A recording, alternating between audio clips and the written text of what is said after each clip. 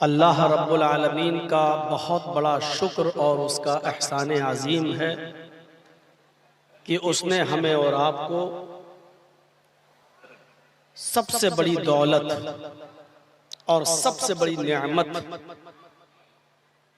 इस्लाम की नेमत से माला माल किया है।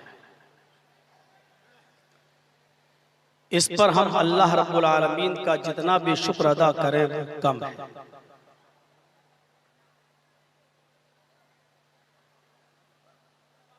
अब गौर ये करना है हमें और आपको,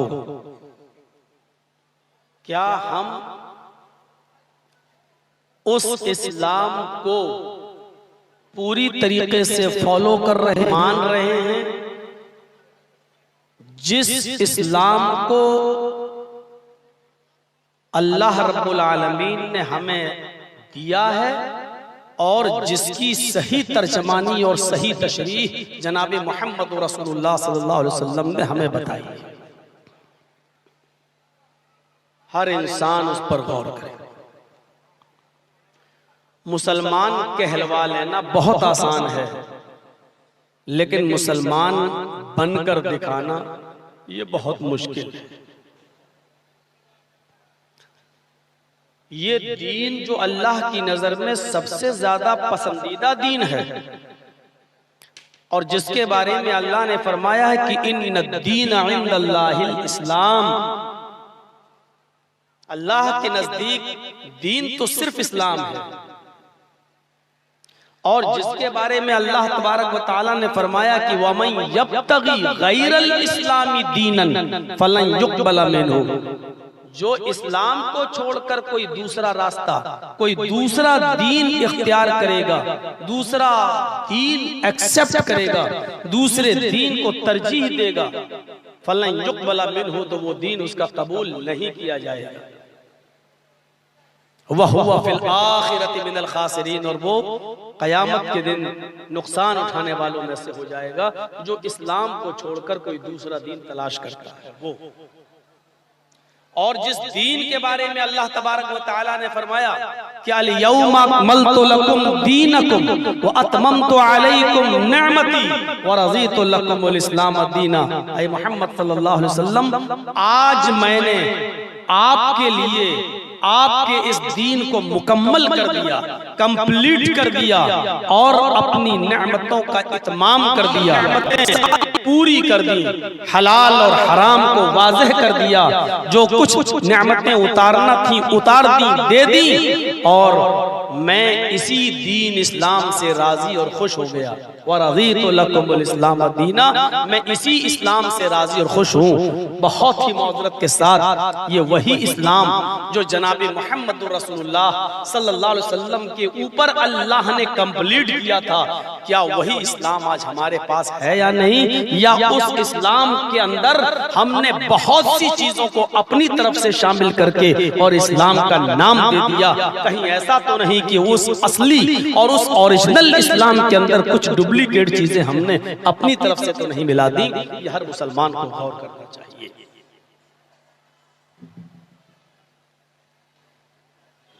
इस्लाम एक इल्म है। दुनिया,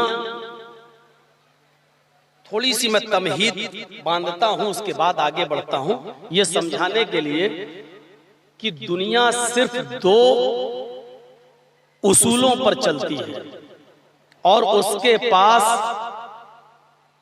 हुसूले जरिए इल्म सिर्फ दो है। वो इन दोनों चीजों को इल्म मानती है। पहली चीज हवासे खमसा, 5 चीजें, आंख, नाक, कान, जबान और हाथ, इन चीजों के जरिए इल्म हासिल होता है, पहली चीज। और दूसरी चीज अक्ल के जरिए इल्म हासिल होता है। और दुनिया इन्हीं 2 चीजों पर चल रही है। मुझे मालूम नहीं कि ये क्या था। पहली मर्तबा मेरे सामने आया, मैंने अपनी आंख से देखा तो आंख ने बता दिया कि ये क्या है, माइक। तो आंख के जरिए इल्म हासिल हुआ, किसी चीज को देखकर इल्म हासिल होता है कि ये क्या है। ये मेरे सामने कैमरा लगा है, यानी कैमरे का इल्म इस आंख के जरिए हुआ है। एक इल्म होता है कान के जरिए हासिल। पहली बार हमने कैमरे को देखा, इसलिए मालूम नहीं कि ये क्या है। मैंने किसी से पूछा कि ये क्या है, तो उसने कहा कैमरा। मेरे कानों ने सुना, अब हमें सुनकर इल्म हासिल हुआ कि ये क्या चीज है। किसी ने मुझे कान में बताया या जोर से बोला और मेरे कान के जरिए मुझे पता चला कि ये क्या है, इल्म है। ये भी इल्म है।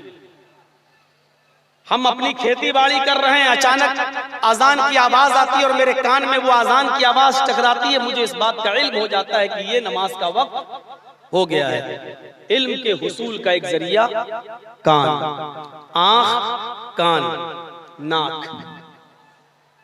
मेरी माँ ने, मेरी बीवी ने कोई खाना बनाया, सुबह बनाया था, शाम तक वो खाना सही है या नहीं, खा सकते हैं या नहीं, खराब तो नहीं हो गया, मुझे इस बात का इल्म नहीं है। खाना देखकर भी इल्म नहीं हो रहा, लेकिन जब उसको सूंघते हैं तो नाक ये बता देती है कि ये खाना खाने लायक है या खराब हो चुका है, सड़ चुका है, बुझ चुका है। तो नाक इल्म बताती है कि ये चीज खाई जा सकती है या नहीं। तो एक इल्म हासिल होता है नाक से। आंख, नाक, कान और चौथी चीज जबान। हमें मालूम नहीं है कि ये चीज कैसी है, नहीं जानता हूं कैसी है। ये चीनी मेरे सामने लाए हो, ये गुड़ मेरे सामने लाए हो, ये नमक मेरे सामने लाए हो, मुझे मालूम नहीं है कि ये कैसा है। जब मैंने उसको उठाकर जबान पर रखा तो हमारी जबान ने बता दिया कि ये मीठा है या खट्टा है, ये नमकीन है या तीखा है। तो एक इल्म हासिल होता है जबान के जरिए, वो हमें बता देती है कि इस चीज का टेस्ट कैसा है। एक चीज है आप भी नहीं जानते कि ये क्या है, हम भी आंखों से अंधे हैं, पता नहीं कि ये क्या है, और कोई बताने वाला भी नहीं है। तो हमने हाथ से छू कर देखा, हाँ अरे ये तो माइक है। किसी चीज को छूने के बाद हमें उस चीज का इल्म हो गया कि ये क्या है। तो हाथ भी हमें इस बात का एड्रेस देता है, पता बताता है कि ये चीज क्या है। तो ये इनको पहली चीज माना जाए, पहली चीज माना जाए कि ये क्या है, हवा से खमसा। 5 चीजों के जरिए इल्म हासिल होता है। दुनिया एक इस चीज को इल्म तसव्वुर करती है। एक दूसरी चीज है अक्ल।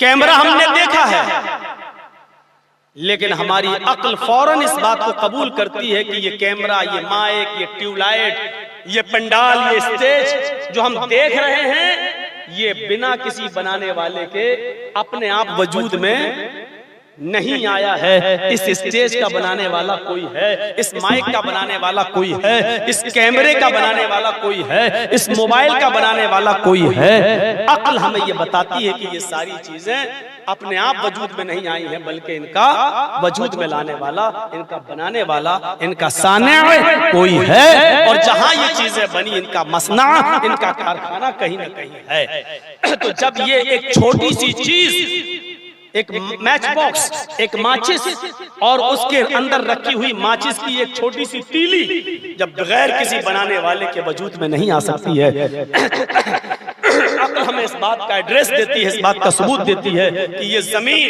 ये आसमान, ये चांद, ये सितारे, ये सैयारे, ये सूरज और इतनी बड़ी कायनात, 9 करोड़ 30 लाख मील की बुलंदी पर चमकने वाला ये सूरज 1 करोड़ 40 लाख डिग्री सेंटीग्रेड भरी हुई इसमें गर्मी और 2,40,000 मील की दूरी पर चमकने वाला ये चांद, और रात में उसकी चांद की बुरूदत और ठंडक, और इतनी वसी जमीन और जमीन पर पहाड़, और इस जमीन पर पैदा होने वाला हमारा अनाज कि एक चावल के दाने को 100 दाना बनाना, ये बगैर किसी बनाने बनाने वाले के इतनी सारी चीजें दुनिया में वजूद में नहीं आ सकती हैं। जब एक छोटी सी चीज वजूद में नहीं आती है तो ये दुनिया, ये कायनात, ये जमीन, ये चांद, ये सूरज, ये आसमान, ये सितारे, ये सैयारे और ये खेत और ये खलियान और ये सब्जियां, ये मवेशी, ये चरिंद परिंद, ये पहाड़, ये पौधे, ये सारी चीजें बगैर किसी बनाने वाले के वजूद में नहीं आ सकती हैं। ये अक्ल कहते हैं। इन्हीं दोनों चीजों पर दुनिया चल रही है। अब मैं आपको एक तीसरी चीज बताने जा रहा हूं। इसके अलावा दुनिया ने तीसरा कोई जरिए इल्म हासिल नहीं किया। वो कहती है यही दोनों चीजें हुसूले इल्म का जरिया है। कम्युनिस्ट हुए, दहरिया हुए या आज की मौजूदा दौर में पूरी दुनिया की हुकूमतें हुई, पूरा वर्ल्ड, दुनिया इन दोनों चीजों को ही हुसूल इल्म का जरिया समझती हैं। लेकिन मैं आपको एक चीज बताना चाहता हूं, उसको गौर से सुनना। आंख का एक दायरा है, ये कुछ दूर तक देख सकती है लेकिन उसके बाद की चीज नहीं देख सकती।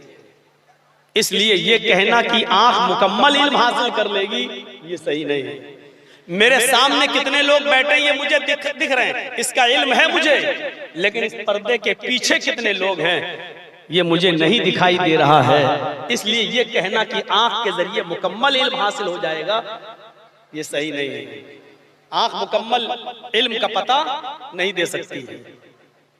मेरा कान महदूद चीजें सुन सकता है।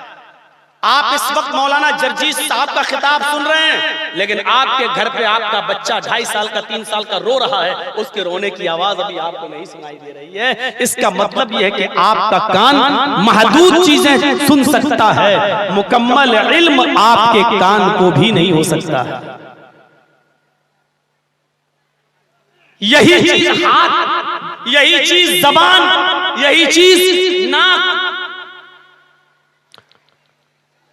अब आंख फाड़ कर तुम ये देखो कि अमेरिका में क्या हो रहा है, तो बिला किसी आले के, बगैर किसी आले कार के आप यहां बैठे बैठे अमेरिका तो छोड़ो, दिल्ली को भी नहीं देख सकते हो, कलकत्ता नहीं देख सकते हो। ये अलग बात है कि कलकत्ता में कोई कैमरा लगाकर आपके टीवी कैमरे में फिट कर दिया जाए और टीवी में आप देख सकते हैं कि कलकत्ता में क्या हो रहा है, लेकिन जब तक कोई आला नहीं, बिना आले के कलकत्ता में क्या हो रहा है आपको पता नहीं है, मुंबई में क्या हो रहा है आपको पता नहीं, यूपी में क्या हो रहा है ये आपको पता नहीं। तो पता ये चला है कि आपकी आंख, नाक, कान, जबान, हाथ, ये